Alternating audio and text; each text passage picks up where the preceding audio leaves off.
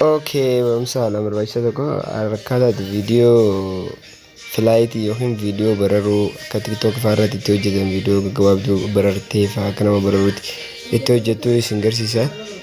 Kanaan booda viidiyoo kana booda gisee ilaaltan viidiyoo kana fakkeenyaaf akka nama bararuutti viidiyoo adda addaa waraabdee kan sitti agarsiisu bifa salphaa ta'een.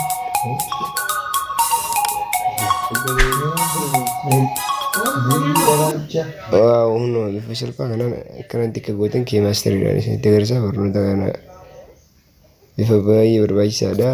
TikTok fa'aa irra viidiyoo gabaabduu kan nama bararuutti waraabuu kan dandeessu jechuudha. Isa kana sitti agarsiisa. Chaanalii kana sabiskiraayib godhadhaa. Barnoonni kanatti aanee barnoota isaa isinii gadhiisaa jechuudha. Viidiyoo bareedaa akkanatti hojjechuu akka dandeessan. Waaw.